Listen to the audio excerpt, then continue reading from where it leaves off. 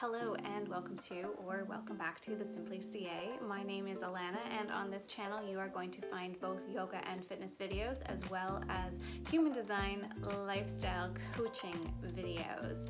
On today's Human Design in Real Life, we are going to be talking about the way to really get in touch with your own energy flow.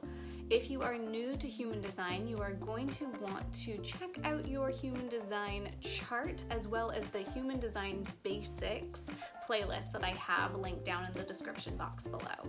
You can check out your chart through either mybodygraph.com or myhumandesign.com.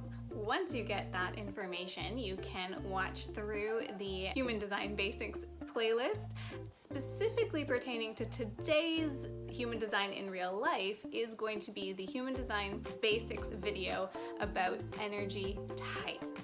If you are enjoying this content, go ahead and click on that subscribe button as well as the notification bell so that you are notified every time I post a new video. And let me know if you are liking this content by giving your favorite videos a thumbs up. That way I know what to do more of, what to do less of, as well as it does actually help get this information out into the YouTube algorithm space. So please go ahead and do those 3 things for me, and let's get into this video today about Human Design in Real Life using your energy. You don't actually even need to know all the information about your human design, and as I've said, your strategy, your authority, and your energy type are really the core foundations. Without even knowing that information, all this stuff in human design is what you naturally are inclined to do anyway. Everything that I share is likely what you already know to be true about yourself before conditioning happened. So the first thing that I want to talk about when it comes to tuning into and really gaining awareness, a deeper awareness of your energy and how it interacts with the world around you, is to think about what comes naturally for you. And that's easier said than done, because we have been conditioned our entire lives to fit into an idea, to fit into the way that the structures that are around us, the expectations of our parents and our adult figures around us, as well as the conditioning of those people where they have failed or where they were conditioned. So conditioning is passed on from great-grandparent to grandparent to parent to child to children to like, it keeps on going through. So where somebody else in your lineage has been conditioned out of their natural energy, that has likely created a conditioning that has trickled down to you as well. So the very first step of understanding and living more in alignment with your natural energy flows is to notice where you are the most energized, where you are the least energized, and where your energy patterns lie. We're going to get into some basics of energy type, energy patterns in just a few moments here, but I really wanted to start off this video with what you have the control to do without me telling you what your energy type's pattern is. Start to understand and become more aware of your own energy patterns. Flash back to when you were at your most heightened experience. Flash back to where you have felt the most down and drained. Notice what you've been trying to achieve or what type of energy flow you may have experienced before, during, and after those phases. So I really do want you to take a moment and think about what is natural for you, where you have been conditioned, and what is naturally known and naturally comes easy for you and your energy flows. Now we're going to talk about where each energy type sort of has a general pattern.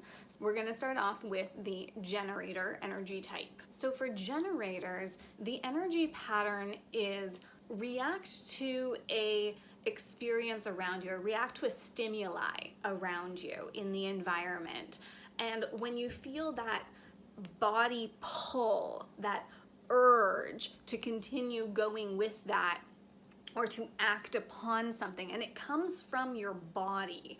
When you have that, then your energy is to follow that energy pull and to continue doing what you are being pulled to do and learn more and continue on through that. And it is a very rhythmic pattern. That sacral energy is a very stable, I like to equate it kind of to the Energizer Bunny. It's a consistent metronome of energy. It keeps on going. So as long as it's lit up, as long as it's excited, and as long as it's interested in what it's doing, it has that metronomic, I don't know if that is a word, but that metronomic type of consistent rhythmic energy, and it will continue to keep you generated and going through your excitement and through that lit up quality of the energy. Now, what's really interesting about that generator energy is that when it is not lit up, when that sacral is not being pulled towards something, you can be doing the simplest, most easy, most natural to you, but boring AF task, and you will get to the end of the day and you will feel exhausted. And you look at that day and you wonder, why on earth you're so tired? Your brain wasn't stimulated. You weren't doing anything, and you're so tired. And that's because the generator sacral energy has that rhythmic pace when it's lit up, and it has that sacral generation of energy when it's lit up. When it's not lit up, when it's doing monotonous tasks that you are bored of, it is like spitting out gunk. It has no pull, it has no energy generation, and so you get to the end of the day and you feel so exhausted and drained. So it is so incredibly important for our generator friends to be encouraged and to really be lifted towards the things that they are so excited to do, because when a generator is lit up, they provide energy to those around them. And when a generator is not lit up, the entire space around them can feel that sagging energy. So it is up to those of you who have generators in your life to help guide them towards and really encourage them towards the things that light them up. And if you are a generator, it is so important for you to say no to things that don't light you up, because what's so important to those, to yourself, to yourself first, and those around you, is for you to have that true energized go momentum, so that you have that metronome of energy for everyone as well as for yourself. We're going to jump into the manifesting generators next. So manifesting generators have that same sacral body pull towards something. What's different about the manifesting generator from the generator is that the generator is that consistent, steady, it just keeps going metronome, versus the manifesting generator is a pull towards something, rapidly doing that something, and then being done with it. So the energy flow for the MG is having an urge, a pull, a response, a yes to something, loving what it is that you're doing, spiking up on your energy, getting it done quickly, and then getting over it. Moving on to the next thing. And sometimes that means that the thing that you just did isn't done. Now, just like the generator, when the manifesting generator is doing things that aren't exciting, or that are monotonous, or that are tedious, or are boring, or for the manifesting generator, which is different than the generator, the same thing over and over and over and over again. When there is a monotony to what they're doing and they don't have multiple different things happening, that's when the manifesting generator energy dies. It burns out. It's not because they've done too much. It's actually because they've done too little. They don't have enough stimulation to keep themselves entertained and going. And that is what causes that burnout feeling or that exhaustion at the end of the day. You look at the day and you wonder what in the world you are possibly so tired from. And it's because you haven't moved, you haven't done things, you haven't been stimulated from multiple different ways. That's when the MG energy peters out. Next up is the manifester. And when it comes to the manifester's energy, it's an urge, a do, and a be done, and then you rest. So what's really interesting about the manifester energy is that when there is that urge, it's rapid, it's go time, it's move, it's get things done. But when they're done, whatever it is that they're doing, when they are done it, to their level of done, whatever that is, then it's time for the manifester to rest. And what's so interesting about that manifester energy is that because the manifester can go so urgently and so rapidly, there's an expectation that they should continue to do that, that they could be an MG or a generator. But really the truth for the manifester is that it's a urge, a do to the point of whatever their energy is done with, and then a rest. So that manifester energy is drained or burns out when they're trying to maintain that heightened level of energy on all projects that they've got going on. For a manifester, and this is based on your authority, but for a manifester, whatever your authority says yes to, you follow that yes to whatever completion is for you, whatever that yes turns into a no, and then you give yourself a break. Trying to stay at that heightened level of energy doesn't work for the manifester.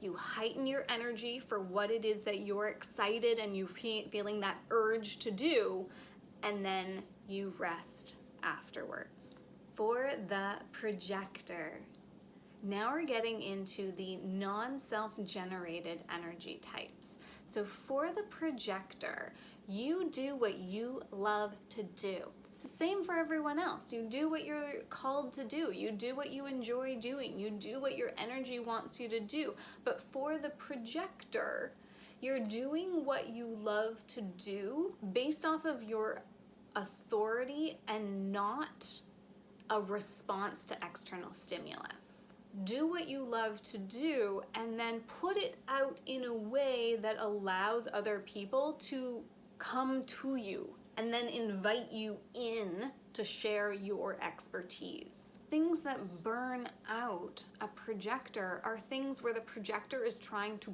push their work, push their expertise out into the world. When a projector is trying to push things forwards into other people's energy, so a projector can continuously do what they love to do and really dig into what it is that they love to do, and they can create works. There's nothing that says that you cannot create works and present them. The thing for projectors is that you are not going out and pushing your work upon someone. It's when your energy is interacting with others that you're waiting for the invitation. And then they ask you for it, and then share, as long as it works for your authority. The other way that projectors can get burnt out and feel exhausted and their energy does not flow is through pretending that they are a manifestor, a manifesting generator, or a generator. So pretending that when they are on their own, they can internally generate their own energy, and that's just not the case. So the way that a projector's energy flow works is Do what you love to do. Enjoy doing it for the period of time that you love to do it. Allow yourself the time and the space to follow having energy for that period, and then allow yourself the time and the space to not have energy for a period. You'll come back to things. It's a very soft, like wave energy of do what you love to do, put it down, rest, do what you love to do, put it down, rest, and just allow yourself a little bit of grace and ease. And now for reflectors. For you, it's all about the environment that you're in. Having a completely white-centered chart, it's open to whatever energy dynamics are playing around you. So as long as you are loving and excited for and really enjoying the energy that you're in, it's correct for you. That means that if your closest humans are generators, then you're going to behave more like a generator. If your closest humans are manifestors and they're on their highs, you're gonna be on their highs. When the closest people around you are not happy, you're not going to be happy. So for reflectors, it's all about noticing your energy reflecting back the energy of those around you. And then give yourself time and space to be alone. Give yourself time and space to be in an environment where there isn't a lot of external stimulation. Put your feet in the ground, hug a tree, go for a walk in the woods, go stand by the ocean.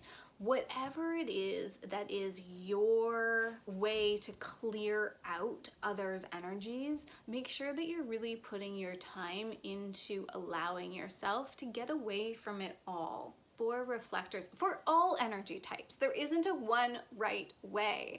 This is all about how your energy operates in its most peaceful and natural way. So for each and every one of you, there are so many elements that come into play with all of this that you could be a generator with 2 defined centers and feel more like a reflector or a projector than a generator. That's okay. You can be a manifestor with only 2 defined centers and again feel more like that reflector or projector energy, but those urges are real. The generator with only 2 defined centers, the sacral power is real. If you layer in the fact that your authority could be an emotional authority to all of this, it's so important that you follow what your emotional wave is doing first. So you've got your energetic wave and you've got your emotional wave if you have an emotional authority. There are so many different combinations to all of this. There are so many different layers to all of this, and it can get really confusing. And I get that. This is why it's a human design experiment. There isn't a one-size-fits-all, and that's exactly the point of human design. Following what is natural and what is easy for who you are and how your energy works. If you want more information about you specifically, I have one-on-one human design reading sessions. You can click on the link down in the description box below in order to book your own one-on-one human design reading session and learn more about who you are. I also offer human design lifestyle coaching. So it's life coaching, but with human design in mind. And in those sessions, what we do is we book for a period of time and you work through what it is that you're going through in your life, and we coach around that. And at the same time, the way that I coach uses how your energy works. So you get a little bit more of that idea of how to use your unique human design and your unique energy as you're going through a situation or through your life coaching journey with me. Again, if you are interested in that, you can find out more in the description box below, as well as the way to book a session.